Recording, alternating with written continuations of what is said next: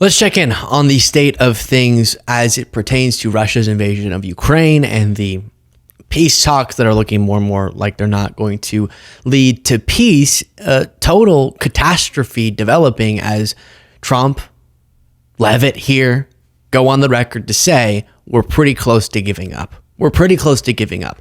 It went from this will be solved in 24 hours to we're going to give up. And who are we going to try to blame more than is at all in any rational universe justified? Ukraine, obviously, because why not be completely upside down in how you articulate things? So let's start with this, which is the tragic statement from Leavitt saying that Trump's patience is wearing thin, and then we'll look at some others and details about the peace proposal from the Trump administration and different recent statements. We just heard from President Trump on Truth Social talking about Zelensky in the Wall Street Journal article that just came out.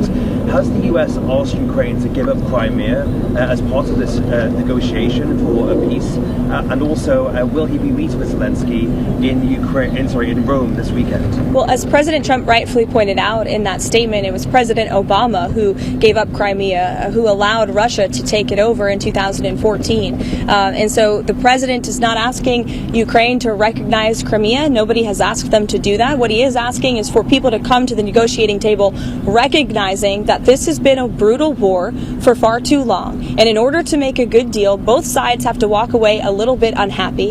And unfortunately, President Zelensky has been trying to litigate this peace negotiation in the press. And that's unacceptable to the president. These should be closed-door negotiations. The president's national security team, his advisors, have exuded significant time, energy, and effort to try to bring this war to an end.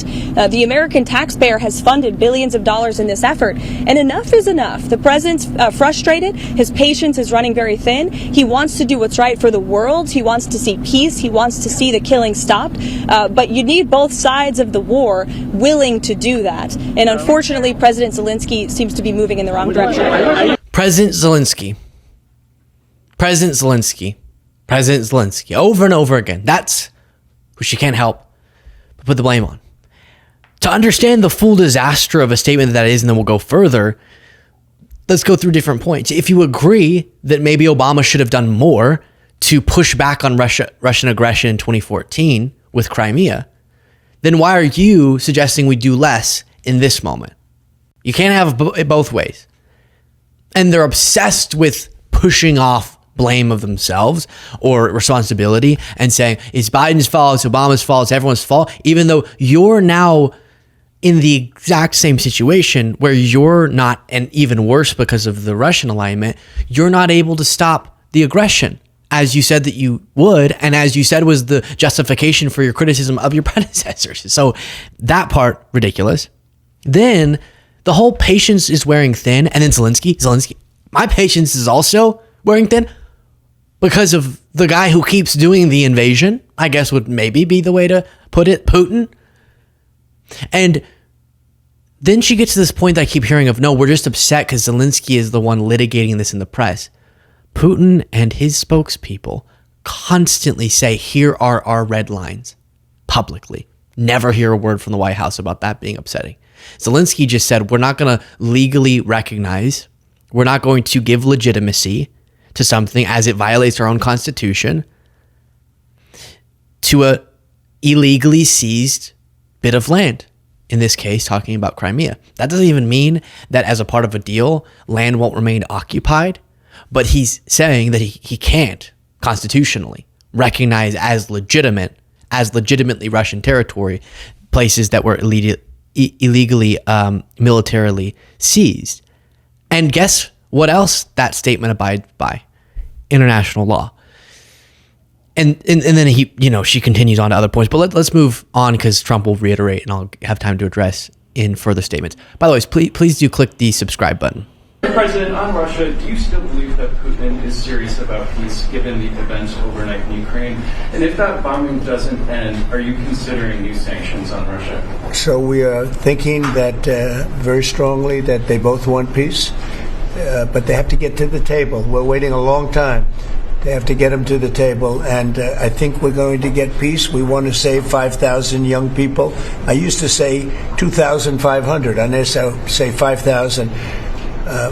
We have, Mr. Prime Minister, we have about 5,000. And then he goes on, I don't know where he's getting these stats from, but additionally, regardless, there's mass devastation, and that's why it's so tragic that he won't articulate the facts on this. I don't have to read this whole post, but this is essentially what Leavitt was attacking as well. Him saying Ukrainian President Volodymyr Zelensky is boasting on the front page of the Wall Street Journal that Ukraine will not legally recognize the occupation of Crimea. There's nothing to talk about here. This statement's very harmful, on and on and on.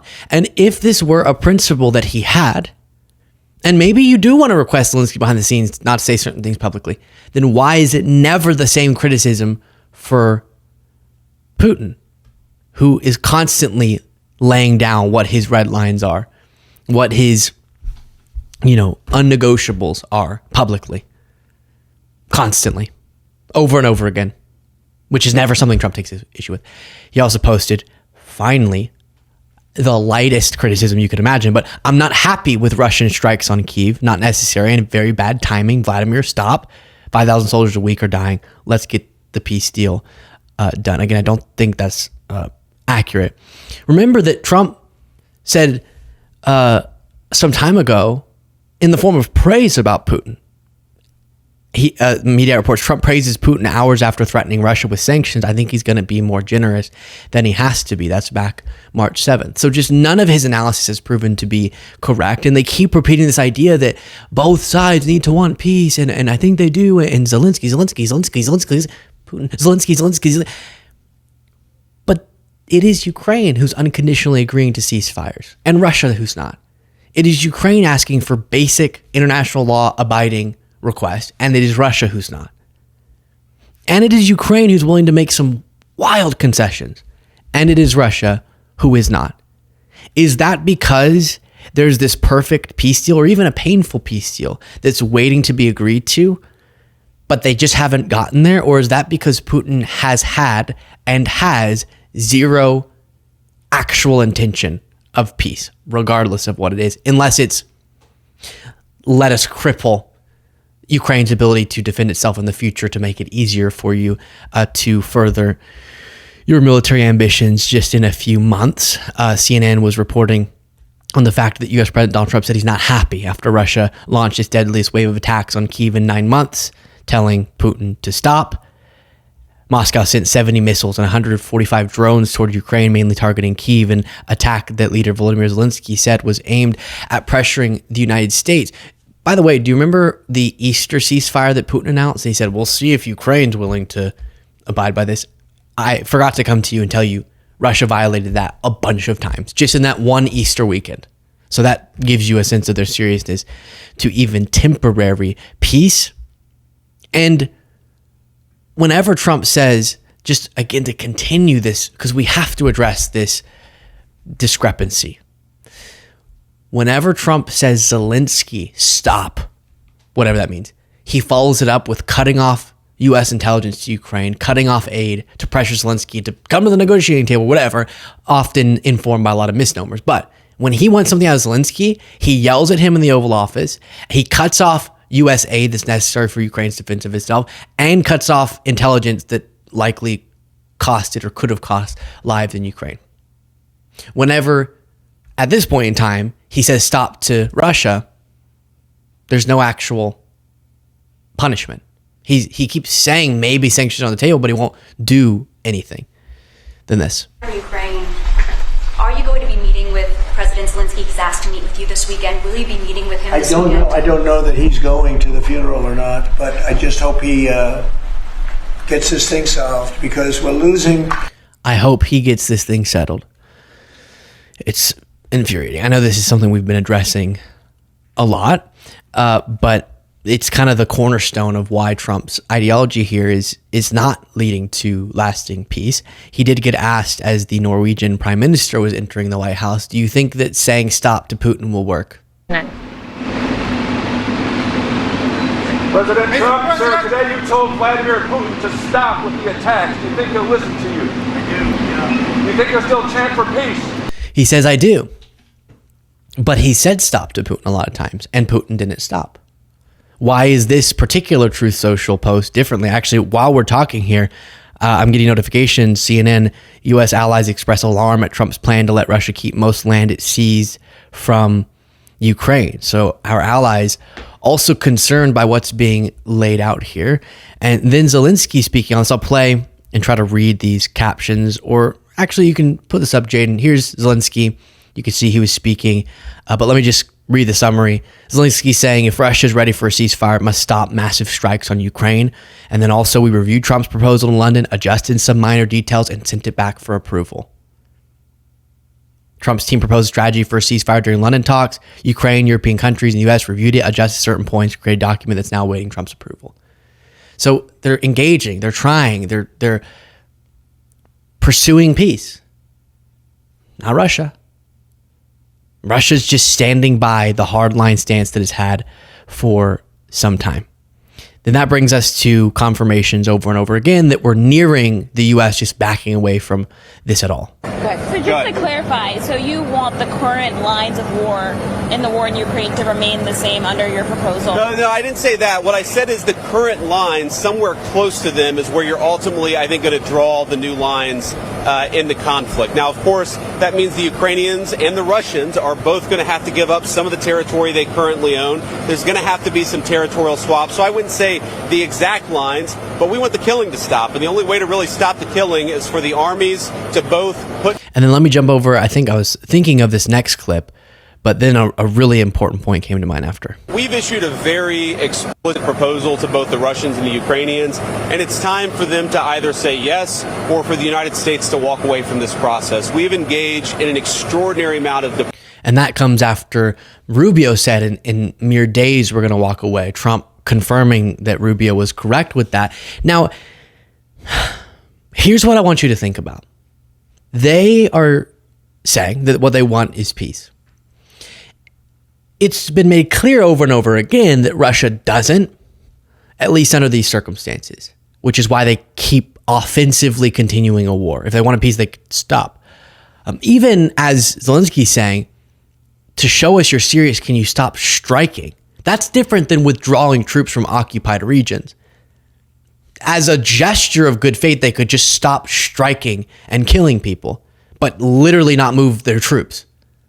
But they won't even do that. So the offensive military action is continuing. Signs that they don't want peace. But do you think it helps the likelihood of near-term peace or hinders it to be out, talk about publicly litigating this, to be out publicly saying we are going to walk away completely? It sounds like they're saying even from a lot, if not all, of our support to Ukraine. Trump criticized Zelensky for requesting to purchase from the United States, not even get in a loan or get as a donation, just purchase missiles from the United States. And Trump went, oh, you always want the missiles. Do you think that helps or hurts telling Putin, you know how all you've wanted through literal misinformation from people that I've debated with, operations funded by Russia, enhanced methods to try to change the narrative of the United States against Ukraine, and hundreds of thousands of Russian lives, obviously taking a bunch of Ukrainian lives. But I'm saying Putin has been willing to put into this offensive war years, lives, resources, alienation on the world stage, and investing in this huge operation to try to convince Americans to be against Ukraine, all to do what? To get the U.S. to stop supporting Ukraine so that his ambitions can be realized more effectively, because he's sucked, sorry for the term, at actually invading. It's been devastating, but he's been militarily incompetent, which is why after that first few months, barely any progress was made over literal years. And right now they're indicating if he just keeps slow walking and doesn't agree to a peace deal, that the U.S. may abandon Ukraine and just let, as Trump said, we're just going to let him fight it out. Do you think saying that, instead of, given that Russia is violating international law, committing war crimes, violating the sovereignty of Ukraine, and doing it all for a completely unjustifiable reason, regardless of what happens here, our support for Ukraine will be so strong, we will destroy the Russian economy through sanctions, the best that we can. We will get the world, because many Europeans have, European leaders have not gone as far as they could in cutting off purchasing of energy from Russia. We're going to force them to do it. We're going to do everything we possibly can. We might stop trade warring with China and align with them more to alienate you, Russia. And we'll give every bit of support we possibly can to Ukraine so this war never leads to Russian victory. Or you can agree to a peace deal that's more fair. Is that message more likely to force Putin into agreeing to peace ultimately? Or is we may walk away altogether and you can do whatever you want if you just don't agree to a peace deal in a few days? And probably will end up blaming Zelensky anyway, so it's kind of a win-win. But he says he's the best negotiator. Tell me your thoughts below.